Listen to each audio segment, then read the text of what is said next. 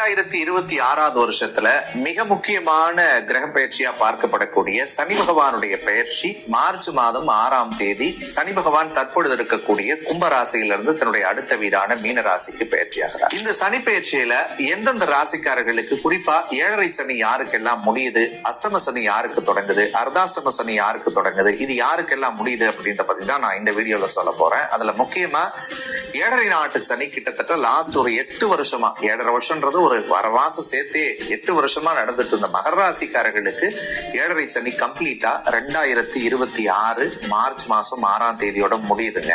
7.5 சனி யாருக்கு தொடங்குது அப்படின்னா மார்ச் 6ஆம் தேதியிலிருந்து மேஷராசிக்காரர்களுக்கு சிரசு சனியாக தொடங்குது. முதல் 2.5 வருஷம் சனி பகவான் சிரசுல இருந்து அவங்களுக்கு 7.5 சனியாக இருப்பார். அதே மாதிரி அஷ்டம சனி யாருக்கு முடியுதுன்னா கடகராசிக்காரர்களுக்கு கிட்டத்தட்ட லாஸ்ட் ஒரு 3 வருஷத்துல பல நெருக்கடி அழுத்தத்தை கொடுத்து அவங்க வாழ்க்கையை புரட்டி எடுத்த சனி பகவான் கம்ப்ளீட்டா அவங்களுக்கு விலகிறாரு.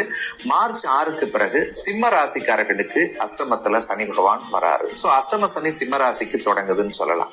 அர்த்தாஷ்டம சனி யாருக்கு முடியுதுன்னா விருச்சிக ராசிக்காரர்களுக்கு அர்த்தாஷ்டம சனி கம்ப்ளீட்டா முடியுது. கிட்டத்தட்ட லாஸ்ட் ஒரு 2.5 வருஷமா ராசிக்கு 4ல இருந்த சனி 5வது இடத்துக்கு போறாருங்க.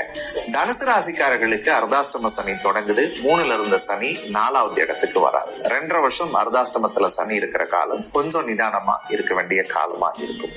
கண்டக சனி யாருக்கு முடியுதுன்னா சிம்ம ராசிக்காரர்களுக்கு கண்டகத்து சனி முடியுது. கன்னி ராசிக்காரர்களுக்கு கண்டக சனி அவங்களுக்கு தொடங்குது அப்படின்னு சொல்லலாம்.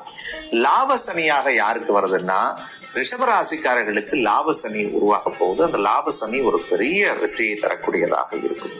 கர்ம சனி யாருக்கு வருதுன்னா மிதுன ராசிக்காரர்களுக்கு 10வது இடத்துல சனி வர்றதுனால அவங்களுடைய பாவ கர்மங்கள் எல்லாமும் விலகி முக்கியமா அவங்க பண்ண புண்ணிய கர்மாக்கள் எல்லாம் வேலை செய்யும். கர்மஸ்தானத்துல சனி வந்தா நீங்க எதெல்லாம் நல்லது பண்ணீங்களோ நல்லது நடக்கும், கெட்ட விஷயங்கள் எதெல்லாம் பண்ணீங்களோ அதுக்குரிய தண்டனையை அந்த காலகட்டத்துல கடவுள் கொடுப்பார். சோ மேற் சொன்ன இந்த விஷயங்கள் தான் இந்தந்த ராசிக்காரர்களுக்கு இந்த சனியாக வரப்போகுதுன்னு சொல்லலாம்.